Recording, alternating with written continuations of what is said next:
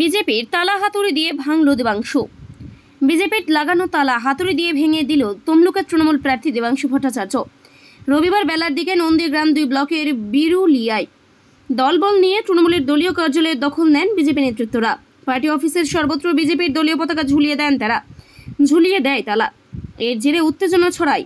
ঘটনাস্থলে ছুটে যান তমলুকের তৃণমূল প্রার্থী দেবাংশু ভট্টাচার্য। বিরুলিয়া তৃণমূল পার্টি অফিসে বিজেপির লাগানো তালা হাতুড়ি দিয়ে ভেঙে ভেতরে ঢোকেন তমলুকের তৃণমূল প্রার্থী দেবাংশু ভট্টাচার্য ও জেলা সভাপতি অসিত ব্যানার্জি সহ তৃণমূল নেতৃত্ব। আমাদের কোন পার্টি অফিস কিংবা কর্মীর উপর হামলা হবে 15 মিনিটের মধ্যে সেই 500 জনের টিম সেখানে হাজির হবে।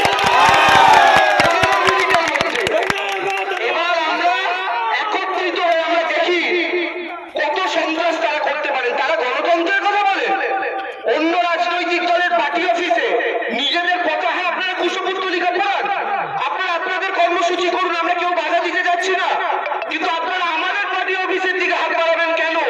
এই স্পর্ধা, এই সাহস আপনাদের কে দিয়েছে? আমি শুধু একটা কথা এখানে মনে করিয়ে দিতে চাই, আজকে যদি আমরা চাইতাম আমরা কিন্তু এই গোটা মিছিল গোটা ভিড় নিয়ে বিজেপি পার্টি অফিসের দিকেও যেতে পারতাম, কিন্তু মমতা ব্যানার্জির নির্দেশে আমরা সেই কাজ করিনি, আমরা সেই কাজ করি না। তাই আমাদের দুর্বলতাকে, আমাদের এই সৌজন্যকে, আমাদের গণতন্ত্রের প্রতি এই দায়বদ্ধতাকে কেউ যেন আমাদের দুর্বলতা না মনে করেন, এটা খুব স্পষ্টভাবে আমরা এখান থেকে বলতে চাই।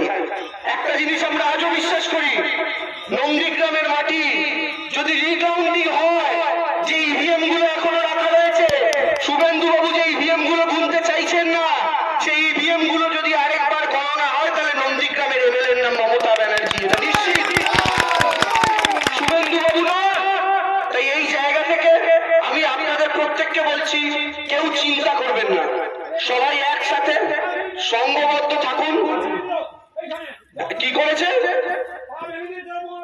একদম মমতা বন্দ্যোপাধ্যায়ের পায়ে খালি ভেঙে দিয়েছিল, কিন্তু আমি আপনাদের একটা কথা বলি, এদের আরো রাগ কেন হয়েছে? আমি গত 2-3 দিন আগে নন্দীগ্রামে যখন একটা প্রোগ্রামে যাচ্ছিলাম, এই বিরুলিয়া বাজারে দাঁড়িয়ে ফুচকা খেয়েছি। এই যে বিরুলিয়া বাজারে নেমে ফুচকা খেয়েছি, প্রচুর সাধারণ মানুষ জমায়েত হয়ে গেছিল। ওইটা দেখে এত সাধারণ মানুষ এসেছে দেখে ভয় পেয়ে গেছে, ভেবেছে বিরুলিয়া বাজার, তার পাশেই ওদের পার্টি অফিস, সেখানে দাঁড়িয়ে তৃণমূলের প্রার্থী ফুচকা খেয়ে চলে গেল। আরে দাদা, আমরা তো ফুচকা খেয়েছি, বিজেপির মাথা খাইনি, চিন্তা করছেন কেন? সামান্য ফুচকা খেয়েছি তো।